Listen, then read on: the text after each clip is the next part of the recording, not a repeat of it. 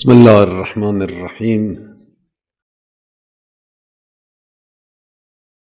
اعوذ باللہ من الشیطان الرجیم بسم اللہ الرحمن الرحیم الحمد للہ رب العالمین والصلاة والسلام علی سید الانبیاء والمرسلین وعلی اہل بیتہ الطیبین الطاہرین وصحبہ المنتجبین۔ اسلامی طرز تفکر در قرآن، اس سلسلے کا آج تیسرا درس ہے۔ کتاب کا نام ایمان۔ جن آیات پر بات کی جا رہی تھی ان کو مختصراً ان کی طرف اشارہ کرتے ہوئے تاکہ ذہنوں میں تازہ ہو جائے، انشاءاللہ ہم بات کو آگے بڑھائیں گے۔ بسم اللہ الرحمن الرحیم وَأَطِیعُوا اللَّهَ وَالرَّسُولَ لَعَلَّكُمْ تُرْحَمُونَ، اور اللہ اور رسول کی اطاعت کرو شاید تم پر رحم کیا جائے، تاکہ تم پر رحم کیا جائے۔ وَسَارِعُوا إِلَىٰ مَغْفِرَةٍ مِّن رَبِّكُمْ، اور جلدی کرو اپنے رب کی طرف سے ملنے والی مغفرت کی طرف۔ وَجَنَّةٍ عَرْضُهَا السَّمَاوَاتُ وَالْأَرْضُ، اور اس جنت کی طرف جانے کے لیے جلدی کرو کہ جس کی وسعت آسمانوں اور زمین کے برابر ہے۔ اعدت للمتقین، وہ جنت تیار کی گئی ہے صاحبان تقوی کے لیے۔ الذین ينفقون فی السراء والضراء، جو لوگ آسانیوں میں اور سختیوں میں خدا کے راستے میں خرچ کرتے ہیں۔ والکاظمین الغیظ، غصے کو پی جانے والے۔ والعافین عن الناس، لوگوں کو معاف کر دینے والے۔ واللہ یحب المحسنین، اور اللہ محسنین کو، ایسے اچھے کام کرنے والوں کو پسند کرتا ہے، ان سے محبت کرتا ہے۔ آپ کے ذہنوں میں موجود ہوگا کل جہاں پر بات ختم ہوئی تھی، رحمت خداوند عالم کی سے کیا مراد ہے، کس کو نصیب ہوتی ہے، کس فرد کو، کس قوم پر نازل ہوتی ہے۔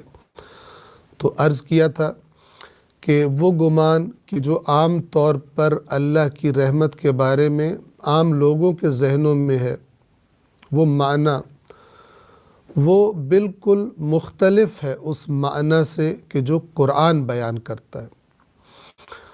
قرآن اللہ کی رحمت کے نزول کو اللہ اور اس کے رسول کی اطاعت کے ساتھ مربوط اور مشروط قرار دیتا ہے۔ یعنی اگر تم چاہتے ہو کہ اللہ کی رحمت تم پر نازل ہو تو تم اللہ اور اس کے رسول کی اطاعت کرو۔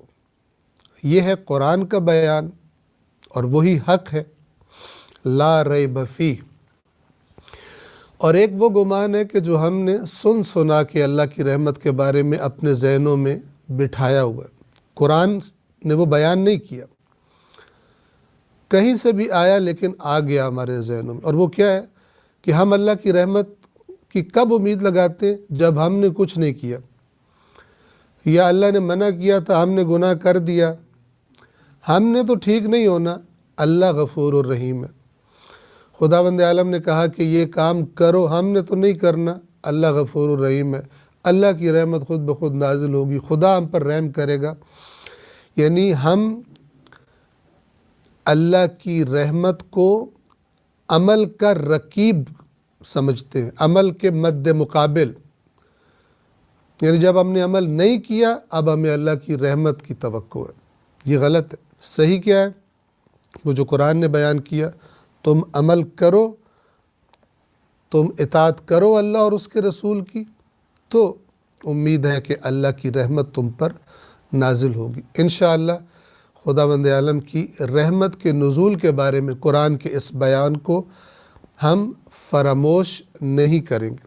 آگے بڑھتے ہیں، ایک دو جملے جو کل پڑھے تھے ان کو پڑھتے ہوئے۔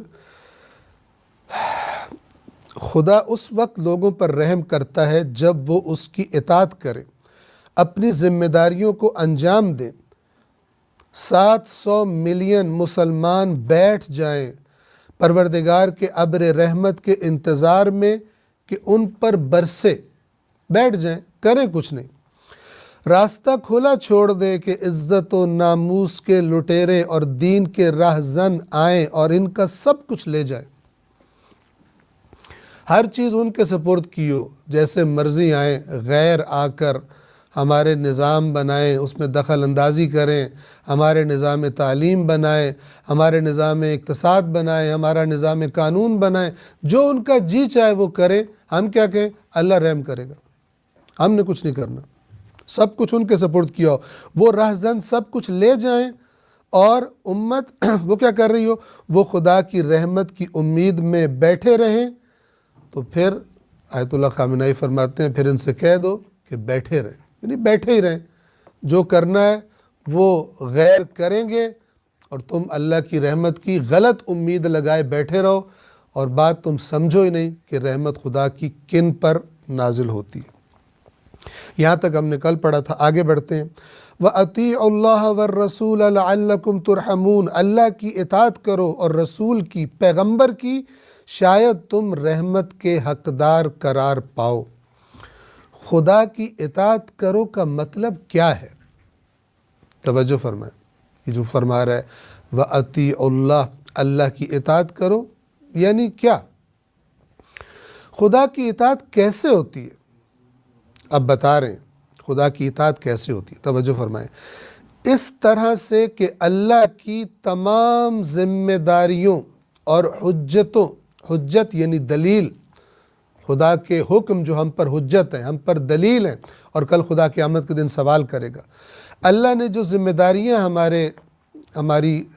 ہمیں سونپی ہیں، اور جو اللہ تعالیٰ کی طرف سے دلیلیں، احکام ہمارے پاس آئے ہیں، ان کو اپنے شانوں پر، اپنے کندھوں پر اٹھا لیں، قبول کریں۔ جو کام ہمارے ذمے لگایا گیا ہے اسے انجام دیں۔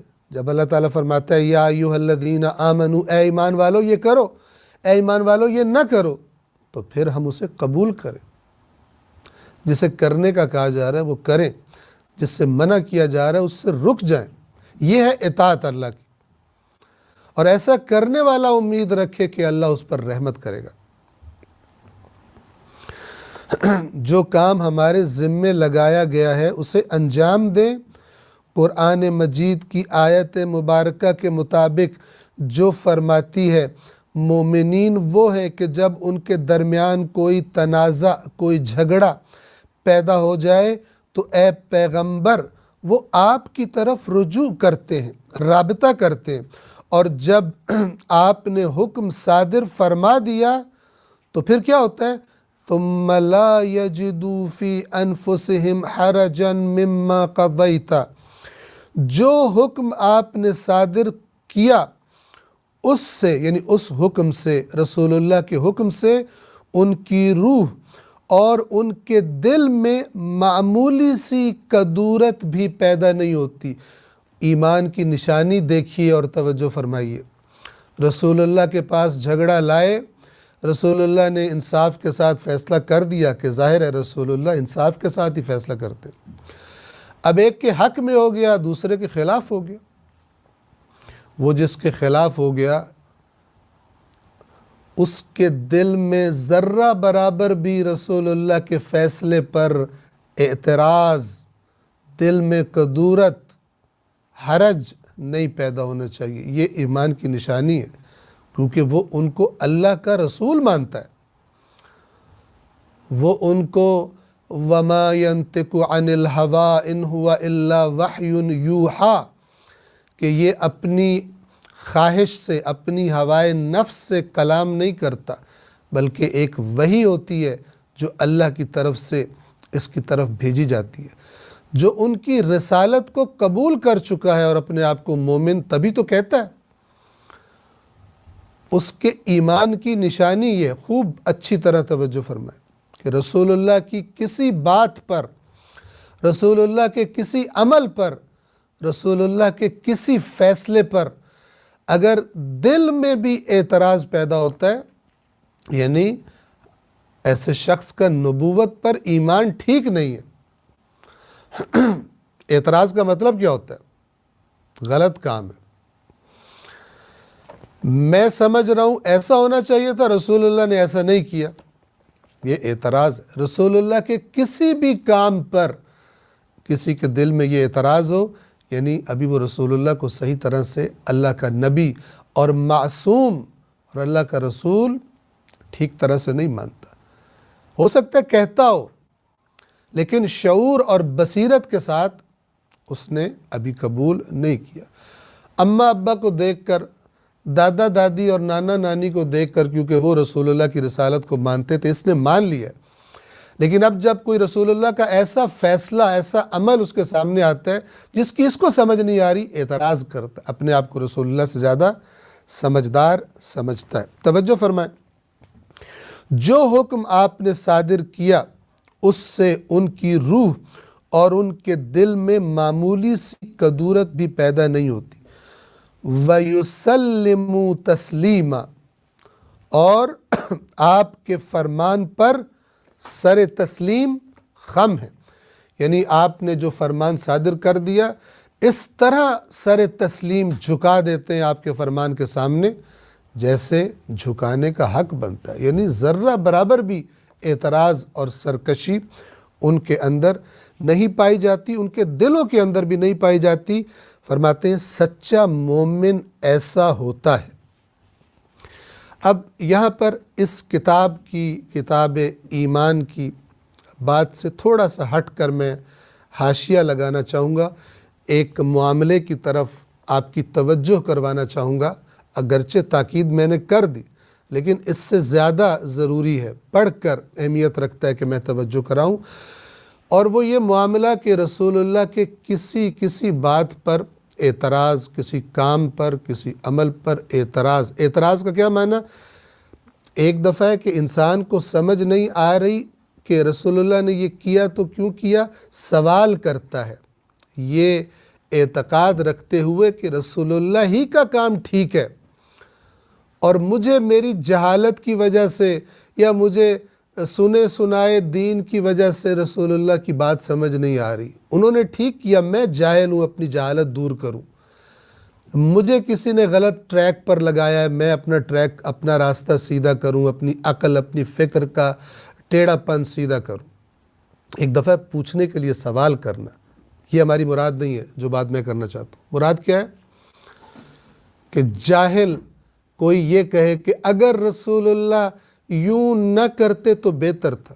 سبحان اللہ، یہ کیسے کلمہ پڑھتا ہے رسول کا، جو اپنی جہالت کی وجہ سے یا کسی دین فروش کی تقریر سن کے یا کسی احمق کا کوئی شعر سن کر، شاعری سن کر سمجھ رہا ہے کہ رسول اللہ اگر یوں نہ کرتے، اس طرح نہ کرتے، اس طرح کر لیتے تو بہتر ہو جاتا، رسول اللہ فلان شخص سے مثلاً اتنا قریب نہ ہوتے تو بہتر تھا، میں واضح الفاظ میں کہہ رہا ہوں، رسول اللہ اگر مثلاً فلان رشتہ قائم نہ کرتے تو بہتر ہوتا۔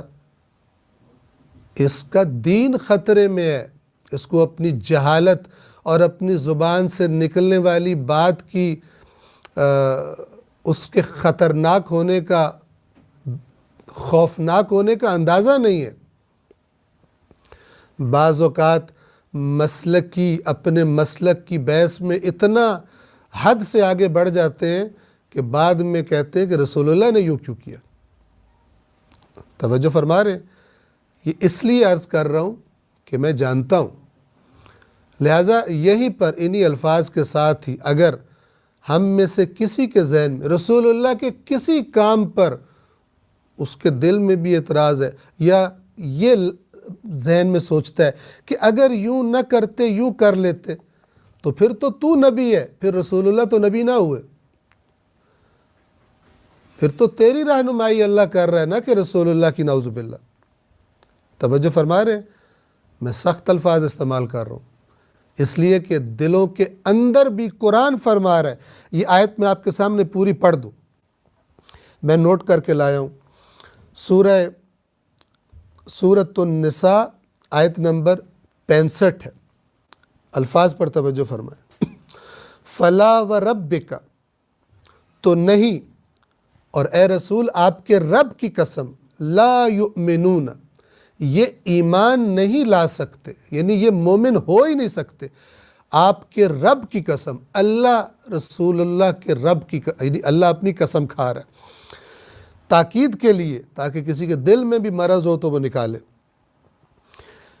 آپ کے رب کی قسم، یہ اس وقت تک مومن نہیں ہو سکتے حتیٰ یحکموک فیما شجر بینہم، یہاں تک کہ جو بھی ان کے درمیان کوئی جھگڑا اختلاف پیدا ہو، آپ کو فیصلہ کرنے کے لیے منتخب نہ کرے، آپ کو اپنا قاضی بنائے، آپ فیصلہ کریں، اور پھر اس کے بعد ثم لا یجدوا فی انفسہم حرجا مما قضیت، پھر اس کے بعد آپ جو بھی فیصلہ کر دیں، اپنے دلوں کے اندر بھی، اپنے سینوں کے اندر بھی کوئی حرج، کوئی اعتراض، کوئی کدورت ان کے دلوں میں پیدا نہ ہو، یہی تو ایمان کی نشانی ہے۔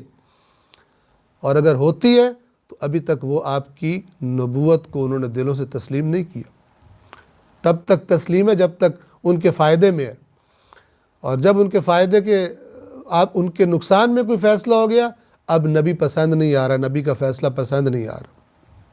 توجہ فرما رہے ثم لا یجدوا فی انفسہم حرجا مما قضیت، جو قضا فیصلہ صادر کر دے ان کے اندر بھی کوئی قدورت پیدا نہ ہو، وَيُسَلِّمُوا تَسْلِيمًا، یہ تاکید کے ساتھ ہے، ایسے تسلیم ہو جائیں، ایسے جھک جائیں آپ کے فیصلوں کے سامنے جیسے جھک جانے کا حق بنتا ہے۔ کیا مطلب؟ یعنی تھوڑی سی بھی سرکشی اور اعتراض ان کے دلوں کے اندر باقی نہ ہو۔ یہ ہے نبوت اور رسالت پر ایمان کا تقاضا اور علامت، اور اللہ تبارک و تعالی نے قسم کھا کر اس کی تاکید فرما دی کہ جس کے دل میں اعتراض ہے، اے رسول آپ کی کسی بھی بات پر، وہ مومن نہیں ہو سکتا۔ وہ مومن جسے اللہ مومن کہے، اپنے پاس سے گھڑ کے کوئی مومن کی ڈیفینیشن بنا لے تو پھر اور بات ہے۔ آگے بڑھتے ہیں کتاب کی عبارت کے ساتھ، فرماتے ہیں کہ سچا مومن ایسا ہوتا ہے جو رسول اللہ کی ہر بات کی اطاعت کرے، مان لے۔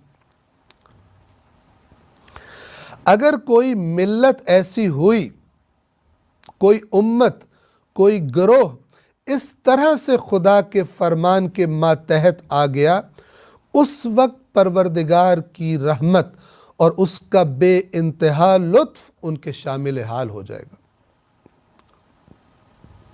بات واضح ہو گئی۔ اگر کوئی فرد چاہتا ہے خدا کی رحمت مجھ پہ نازل ہو، دیکھے کہ میں اللہ کا اطاعت گزار ہوں، رسول کی بات ماننے والا ہوں، یا نہیں صرف نام ہی لیتا ہوں، صرف محبت کے دعوے ہی کرتا ہوں۔ اسی طرح پوری کی پوری قوم، جب کوئی قوم، کوئی ملت خدا کی اطاعت گزار بن جائے گی، فرمان خدا کو ماننے والی بن جائے گی، اب اللہ کی رحمتیں نازل ہوں گی۔ اس وقت ایک امت بزرگی تک پہنچتی ہے، بزرگی یعنی عظمت، کوئی قوم، کوئی امت اس وقت عظمت تک پہنچتی ہے، اس وقت ایک ملت رشد انسانی تک پہنچتی ہے۔ رشد کسے کہتے ہیں؟ رشد کا معنی ہوتا ہے صحیح، جس طرف منزل ہے اس منزل کی طرف صحیح راستے پر آگے بڑھنا، منزل کے قریب ہوتا جائے گا انسان، اسے رشد کہتے ہیں۔ ترقی، وہ راستہ کہ جو منزل کی طرف لے کے جاتا ہے، جو صراط مستقیم ہے، اس راستے پر چلنا، آگے بڑھنا، اور یہ پھر وہی اللہ اور اس کے رسول کی اطاعت کے لیے دوسرے الفاظ ہیں۔ یہ توجہ فرمائیں۔ اس وقت ایک ملت رشد انسانی تک پہنچتی ہے، یہی وہ وقت ہے جب جا کر اس کے ہاتھوں پیروں سے اسیری کی زنجیریں ٹوٹتی ہیں، صرف زبانوں سے ورد کرنے سے نہیں ٹوٹتی۔ اللہ اور رسول کی اطاعت جب اپنے وجود پر کوئی قوم لاگو کر لیتی ہے، تب رحمت خدا کی نازل ہوتی ہیں، تب اسیری کی، غلامی کی زنجیریں ٹوٹتی ہیں۔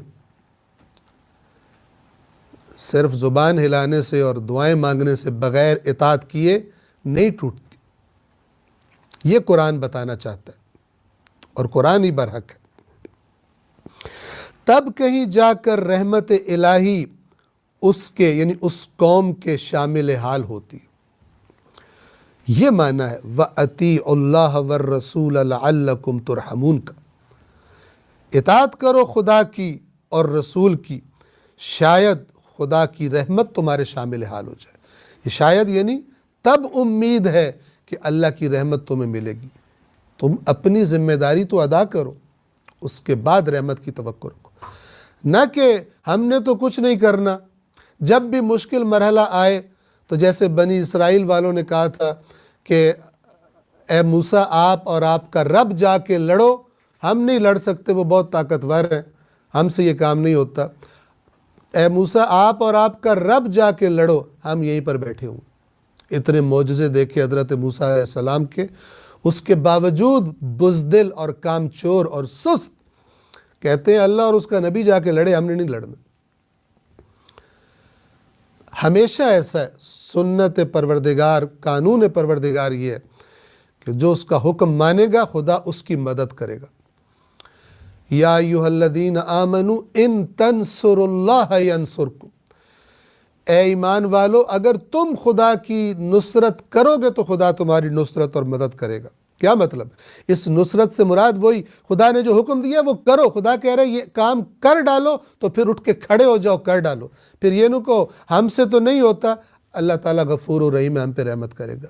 یہ جاہلانہ ترین اور احمقانہ ترین کانسیپٹ جو کسی قوم کو تباہ کر کے اور بیکار کر کے رکھ دیتا ہے، یہ تحریف شدہ قرآن سے دور اور سیرت رسول اللہ سے دور یہ کانسیپٹ ہے کہ جو ہم میں سے بہت ساروں کے ذہنوں میں آیا ہوا۔ دعاؤں سے کام چلاؤ، عمل نہیں کرنا، اللہ رحمت نازل کرے گا، اللہ ایسے رحمت نازل نہیں کرتا۔ آگے بڑھتے ہیں، وَأَطِیعُوا اللَّهَ وَالرَّسُولَ لَعَلَّكُمْ تُرْحَمُونَ کے بعد اگلی یہ جو آیت ہے یہ سورہ آل عمران کی آیت نمبر 132 ہے، وَأَطِیعُوا اللَّهَ وَالرَّسُولَ لَعَلَّكُمْ تُرْحَمُونَ۔ اب اس سے اگلی آیت شروع ہو رہی ہے، وہ کیا ہے؟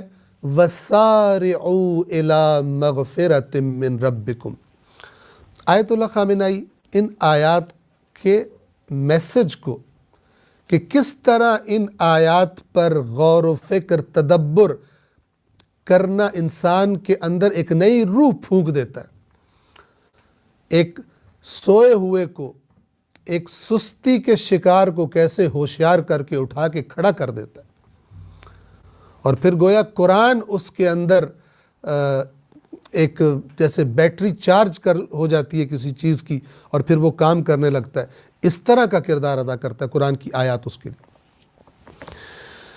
تو ایک ایک لفظ کا معنی کھول کر بیان کر رہے ہیں، کھول کر، تاکہ پیغام واضح ہو۔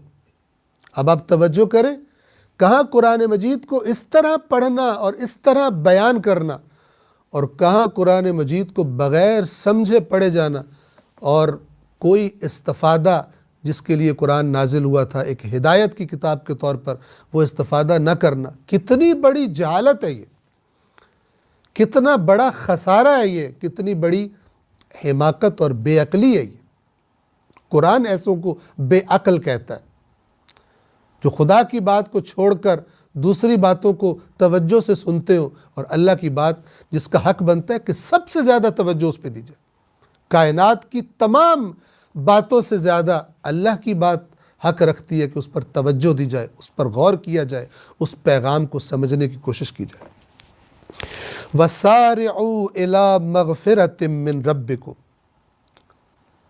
فرماتے ہیں مقابلے کا میدان یہاں ہے۔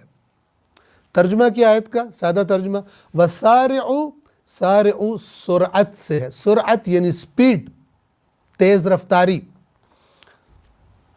اور یہ جو سارعوا کا لفظ ہے اس کا عربی معنی بنتا ہے، اس کو سمجھانے کے لیے آپ کی خدمت میں عرض کر رہا ہوں کہ جیسے ریس کا، بھاگنے کا، دوڑنے کا مقابلہ ہوتا ہے، چند لوگ کھڑے ہیں اور انہوں نے ایک خاص پوائنٹ تک، جگہ تک پہنچنا ہے، اور ریس شروع ہوتی ہے اور ہر ایک کی کوشش ہے کہ دوسرے سے آگے بڑھ جائے۔ یہ معنی ہے اس لفظ کا، سارعوا، جلدی کرو، ایک دوسرے سے سبقت لے جانے کی کوشش کرو۔ اس لیے فرما رہے ہیں آیت اللہ خامنہئی، مقابلے کا میدان یہاں ہے، خدا کی مغفرت کی طرف جانے میں جلدی کرو۔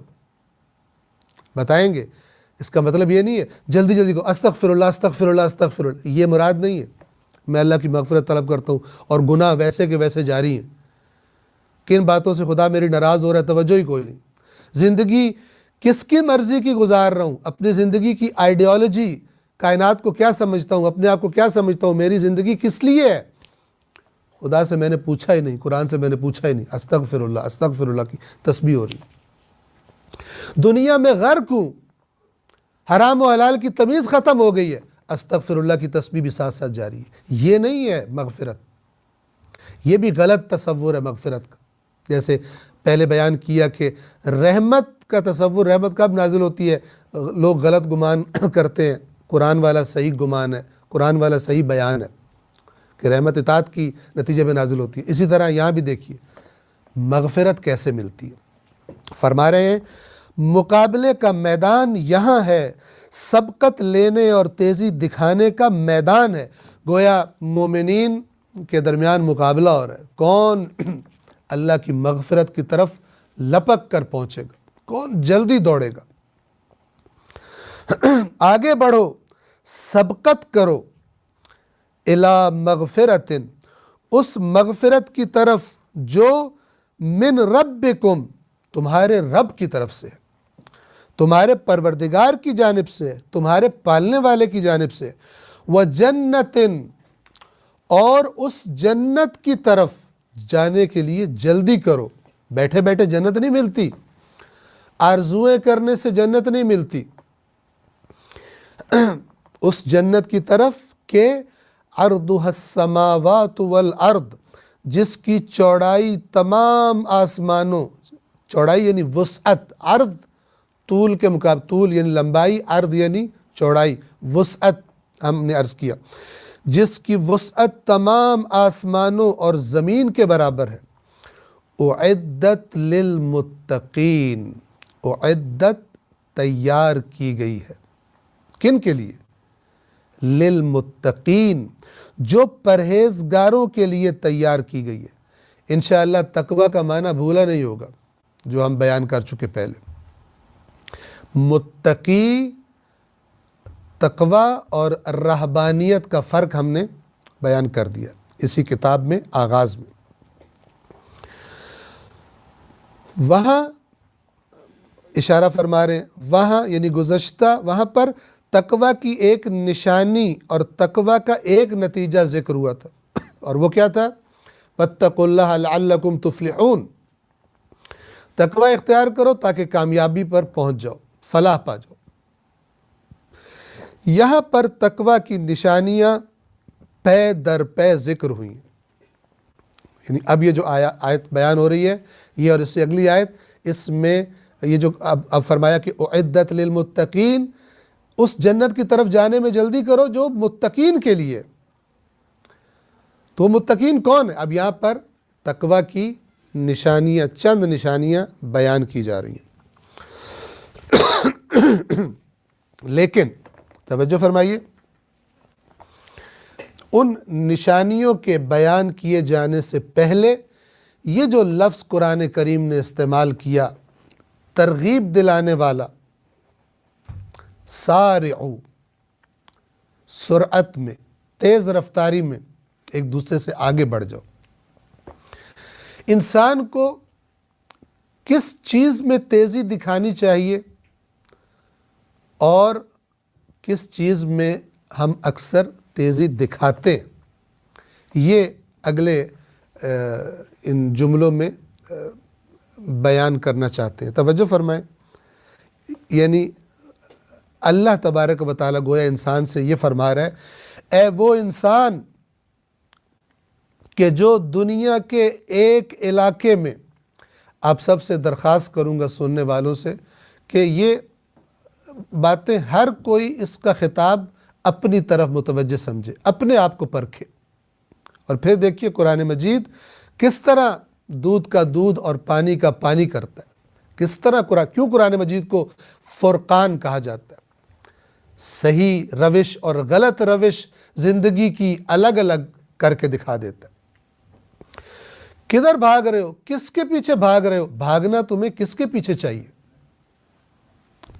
توجہ فرمائیں۔ اے وہ انسان کہ جو دنیا کے ایک علاقے میں ایک بالشت بھر زمین اور تھوڑے سے پانی اور مٹی کے لیے سبقت لینے پر تیار ہو، دوسروں کو پیچھے چھوڑنے پر تیار ہو۔ کیا مطلب؟ فلان علاقے میں میں نے زمین خریدنی ہے، دوسروں سے پہلے، اپنے دوستوں سے پہلے، اپنے رشتہ داروں سے زیادہ میں نے دولت اکٹھی کرنی ہے، میں نے زیادہ جائیداد بنانی ہے، اس پر مقابلہ کر رہے ہو۔ اے وہ انسان کہ جو کسی دنیا کے علاقے میں چند بالشت زمین کے لیے مقابلہ کر رہے ہو، تھوڑے سے پانی اور مٹی کے لیے سبقت لینے پر تیار ہو، دوسروں کو پیچھے چھوڑنے پر آمادہ ہو، اپنی تمام قوتوں اور طاقتوں کو استعمال کرنے پر تیار ہو۔ انسان کتنی محنت کرتا ہے دنیا کمانے کے لیے۔ میں آگے بڑھ جاؤں، دن رات ایک کرتا ہے، اوور ٹائم لگاتا ہے۔ اے وہ انسان کہ تو ان کاموں کے لیے اپنی تمام قوتوں اور طاقتوں کو استعمال کرنے پر تیار ہو، کام میں لاتا ہو، تاکہ نیلامی میں فلاں زمین کی حصولی، فلاں سرمایہ کو حاصل کرنے، فلاں دکان کا قبضہ لینے، مملکت کے ملک کے فلاں کونے کی ملکیت پانے، دنیا کے فلاں خطے میں فلاں کمپنی قائم کرنے۔ مثالیں دے رہے ہیں سمجھانے کے لیے، اسی میں مقابلہ کرتے ہیں ہم لوگ۔ مادی فوائد کو زیادہ سے زیادہ حاصل کرنے کے لیے تیار ہو کہ مقابلہ کرے، تیزی دکھائے، دوسروں کو پیچھے چھوڑے، اگرچہ ایسا کرتے ہوئے وہ جو اللہ جن چیزوں کو انسان کا شرف بتاتا ہے، ان شرافتوں اور فضیلتوں کو بھی پامال کرنا پڑے۔ انسان پامال کر دیتا ہے مال بنانے کے لیے، دوسروں کے حقوق پر ڈاکے ڈالنے لگتا ہے۔ اس کا مقابلہ کر رہے اے انسان کہ تو اس پر مقابلہ کرنے کے لیے تیار ہے۔ اب دین کیا کہتا ہے انسان سے؟ توجہ فرمائیں۔ یہاں پر پھر ایک غلط جو فکر اور تصور ہے دین کے بارے میں، اس کی وضاحت فرما رہے ہیں۔ اے انسان، تجھ سے یہ نہیں کہا جائے گا تیزی نہ دکھا۔ دین تجھ سے یہ نہیں کہتا تیزی نہ دکھا، دین تجھ سے یہ نہیں کہتا سست پڑا رہے گھر میں، جس کو بعض لوگ آگے آ جائے گا۔ اللہ پر توکل ہے ہمارا، تو اپنی سستی کو، اپنی کام چوری کو، نااہلی کو کہتے ہیں اللہ پر توکل کیا ہوا ہم نے۔ تجھ سے یہ نہیں کہا جائے گا اے انسان کہ تیزی نہ دکھا، تجھ سے یہ نہیں کہا جائے گا کہ گھر میں سو جا، اپنی طاقتوں کو، اپنی توانائیوں کو استعمال نہ کر۔ جو آدمی دین کے نام پر تم سے یہ باتیں کہہ رہا ہے، وہ جھوٹ بول رہا ہے اور نہیں جانتا ہے۔ بعض لوگ جو دین بیان کر رہے ہوتے ہیں، خود بھی ان جاہلوں کو دین کا پتہ نہیں ہوتا دین کیا چاہتا ہے۔ توجہ فرمائیں، دین انسان سے یہ نہیں کہتا کہ تو دنیا کے لیے محنت نہ کر۔ دین تو حلال رزق کمانے کو جہاد فی سبیل اللہ سے تشبیہ دیتا۔ امام موسیٰ کاظم علیہ السلام کی کتاب میں نہیں ہے لیکن حدیث آپ کی خدمت میں بیان کر رہا ہوں، فرماتے ہیں کہ وہ شخص کے جو رزق حلال کے لیے، حرام کے لیے نہیں، رزق حلال کے لیے اپنے گھر سے نکلتا ہے تاکہ رزق حلال اپنے گھر والوں کو، اپنے بیوی بچوں کو فراہم کر سکے، تو اس کی مثال اس شخص کی طرح ہے جو ہاتھ میں تلوار لے کر اللہ کے راستے میں جہاد کر رہا ہو۔ آپ دیکھیے کیا لفظ استعمال کیے ہیں ترغیب دلانے کے لیے کہ محنت کرو، دوسروں کی محتاجی، دوسروں کے سامنے ہاتھ پھیلانا۔ آج دیکھیے یہ فرد کی بات بھی ہے اور قوم کے لیول پر بھی بات ہے۔ آج ہم اپنے آپ کو مسلمان کہنے والے اسلامی ممالک کتنے شعبے ہیں جن میں ہاتھ اپنا پھیلاتے ہیں، غیروں کے سامنے مانگتے ہیں ان سے۔ کیوں؟ اس لیے کہ دین نے جو کہا تھا کہ محنت کرو، ہر شعبے میں محنت کرو، نہیں کی۔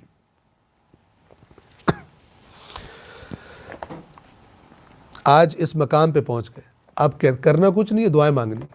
ایسے دعائیں قبول نہیں ہوتی۔ واضح بیان کیا اللہ نے اپنا دین اور اللہ کے رسول نے۔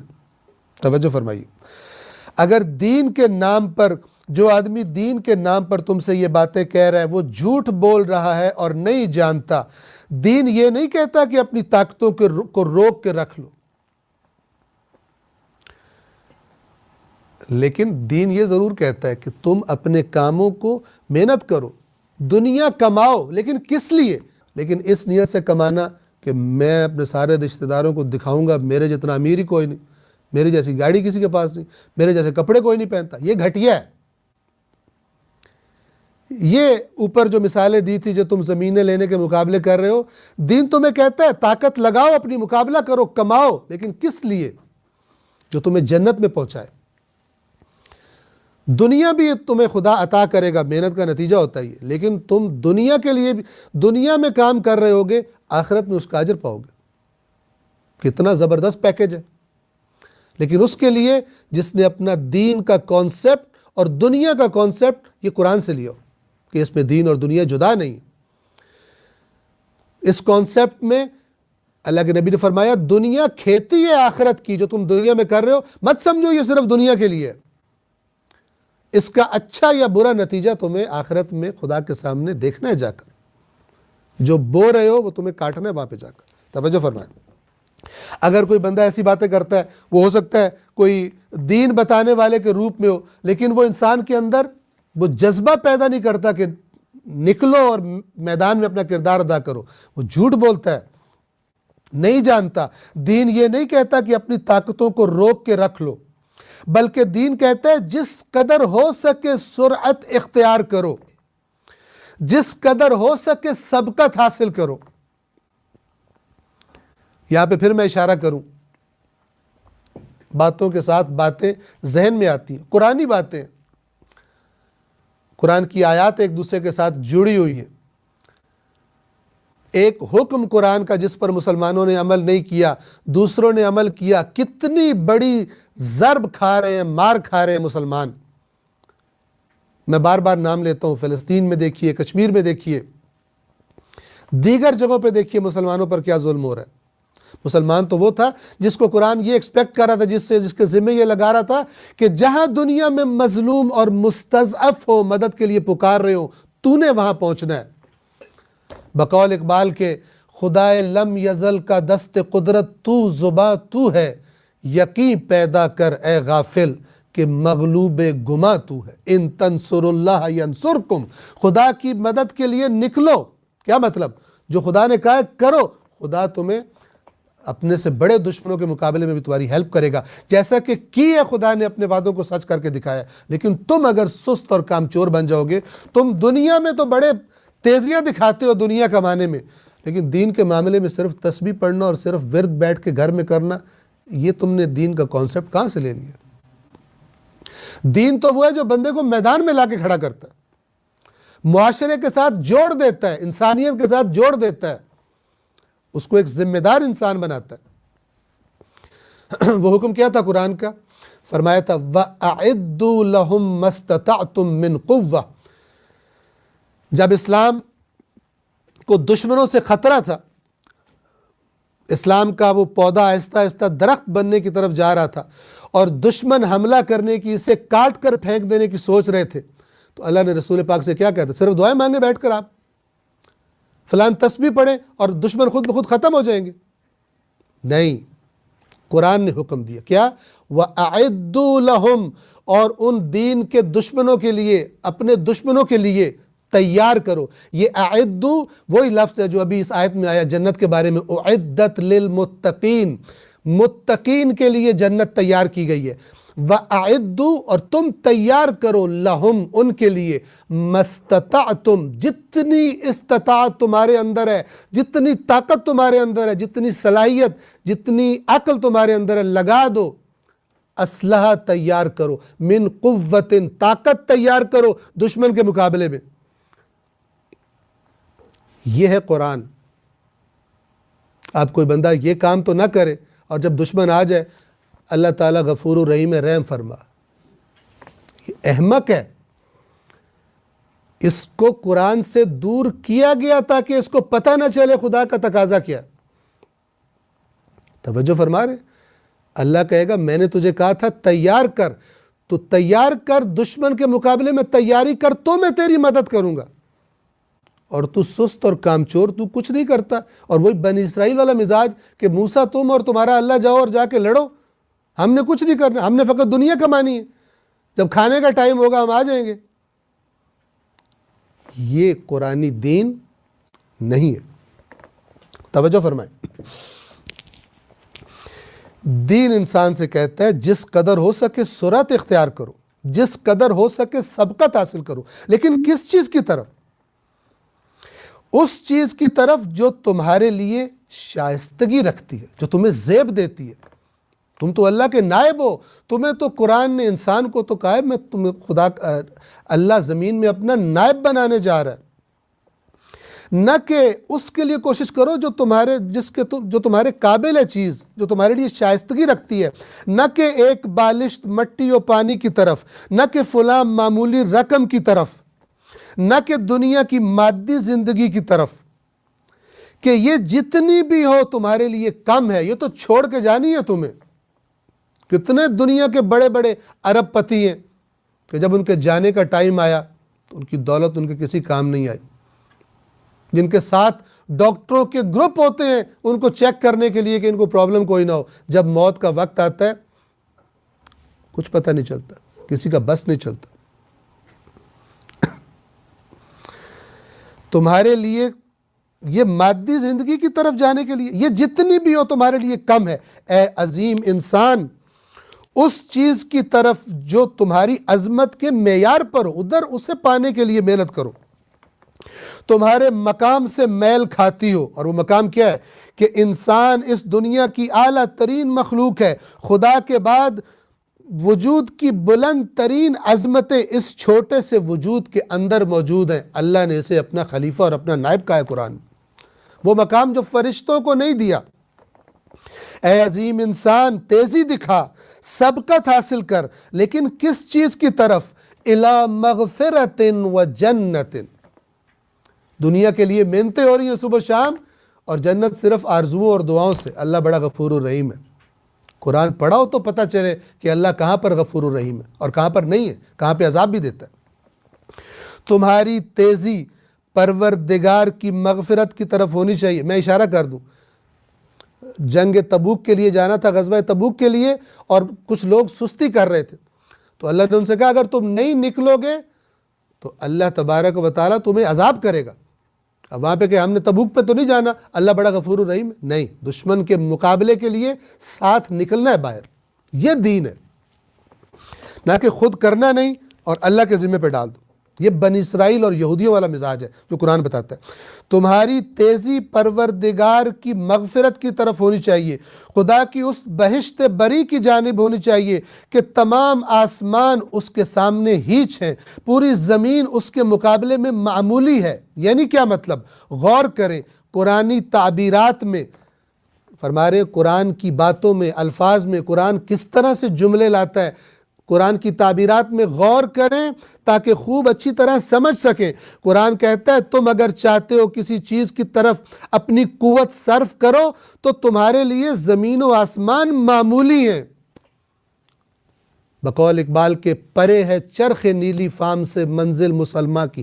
چرخ نیلی فام یعنی یہ نیلا آسمان. پرے ہے چرخ نیلی فام سے منزل مسلمہ کی, ستارے جس کی گرد راہ ہو وہ کارواں تو ہے. مسلمان سے تو یہ کہا گیا تو زمین پر گرتا پڑتا ہے اس پستی میں جانے کے لیے, اور خدا نے تیرے لیے کیا مقام رکھا ہے. تو تمہارے لیے تو زمین و آسمان معمولی ہیں, اس سے بڑھ کر کسی چیز کی ہمت کر. اے عظیم انسان, مغفرت تمہارے لیے اہم ہے, ہر چیز سے بڑھ کر مغفرت ہے, اور مغفرت کے بعد جس چیز کی اہمیت اور عظمت زمین و آسمان سے بڑھ کر ہے وہ جنت ہے. یہ مغفرت کیا چیز ہوتی ہے؟ انشاءاللہ کل خدا نے توفیق دی اور مہلت دی, آپ کی خدمت میں ہم بیان کر دیں گے۔ السلام علیکم ورحمۃ اللہ وبرکاتہ۔